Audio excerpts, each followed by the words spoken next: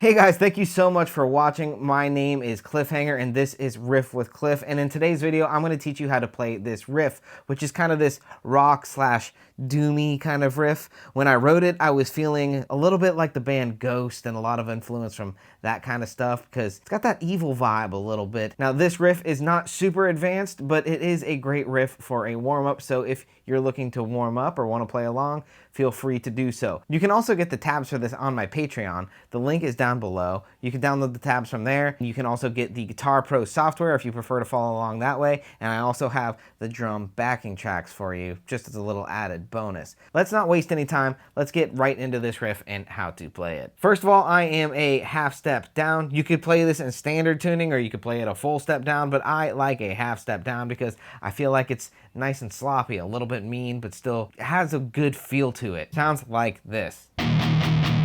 This riff is broken down into 3 different parts. We have the opening riff, we have the chugging part in the middle, and we have the power chords. Let's start with the opening riff. The opening riff goes like this.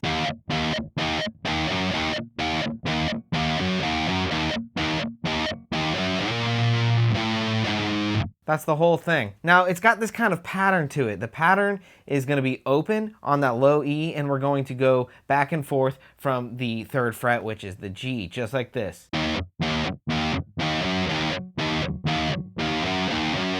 You're going to hit that open E 4 times before you hit the G, just like this.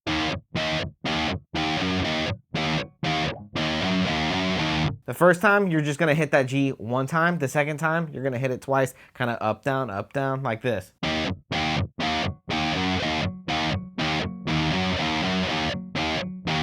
Then, before we go to the 7th fret, it's gonna hit the G 1 more time.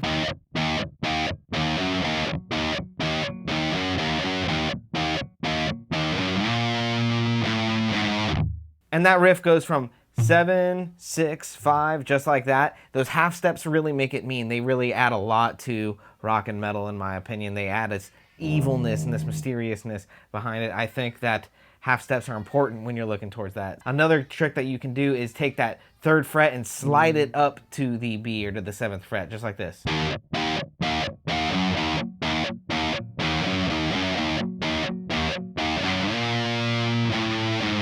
Let me slow it down for you just so you can see it slowed.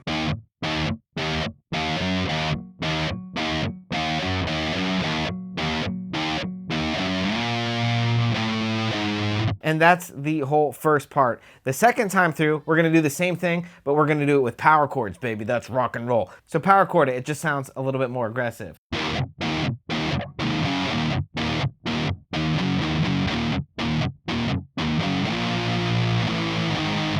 That's the whole first part of the riff. Let's put them together.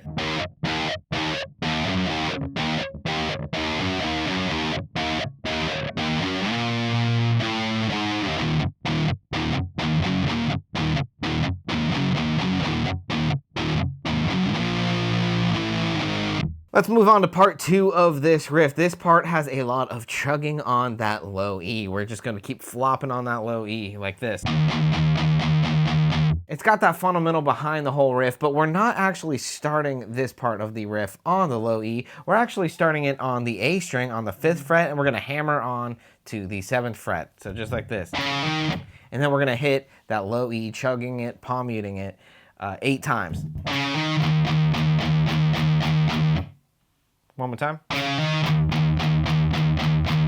From there, go to the 9th fret, 2 times in between on the low E.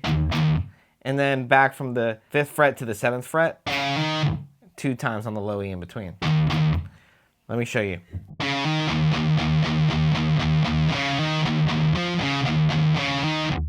One more time, but slowed down.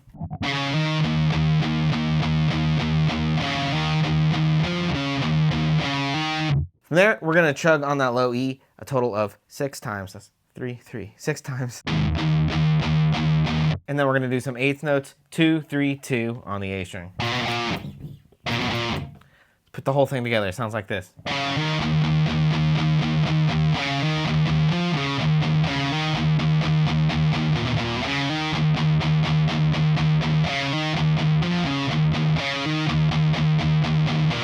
And I'll slow the whole thing down for you. You just got to get the rhythm of how many times to hit that low E in between. It goes 8 times, 2 times, 2 times, 6 times, just like this.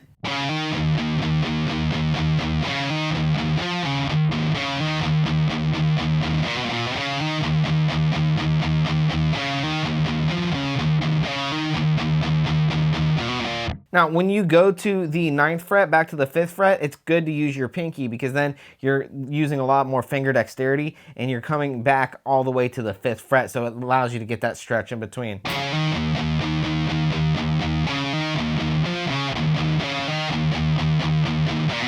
Now, if you're not used to using your pinky, that might take a little bit of practice. Feel free to use other fingers, but the pinky is a good practice tool. The other thing I want to highlight is when you're chugging on that low E, be sure that you're palm muting. The palm muting adds a little bit more grit to it, a little bit of meanness, you know, versus, like, take a listen if I just did open.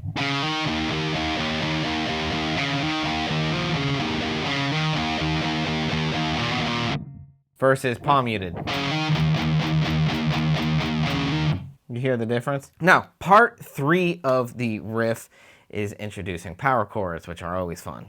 Metal, yeah, power chords. And I kind of took a little bit of influence when writing this part from a little song called Rainbow in the Dark by Dio. What the guitar player does in that song is he hits a power chord and then he hits the open E and the B, just like that. So that's exactly what I'm going to be doing here, starting on the 2nd fret, which is an F sharp.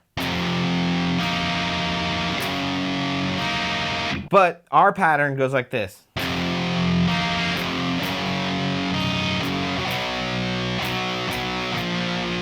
It's all in this hand when you're hitting these bottom strings here.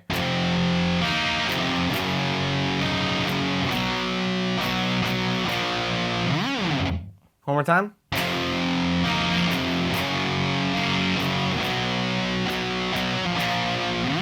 And that is the whole riff. Pretty sweet. Let's play the whole thing all the way through with no backing track, just so you can.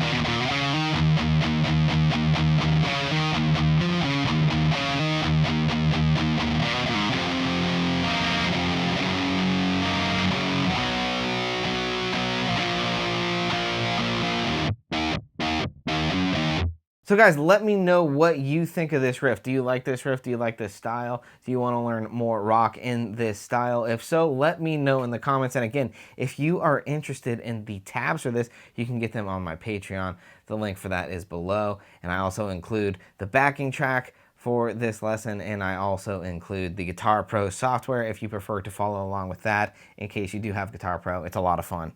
It's a lot of fun. So I definitely think you should take advantage of it. But let me know what you want to see next. If you're interested in other cool lesson videos, be sure and check these out right here. I have a lot of fun making them and bringing them to you guys. So be sure to subscribe and like this video. I appreciate you guys watching so much. Again, my name is Cliffhanger. This is Riff with Cliff. We're going to keep rocking. Thank you guys. Peace.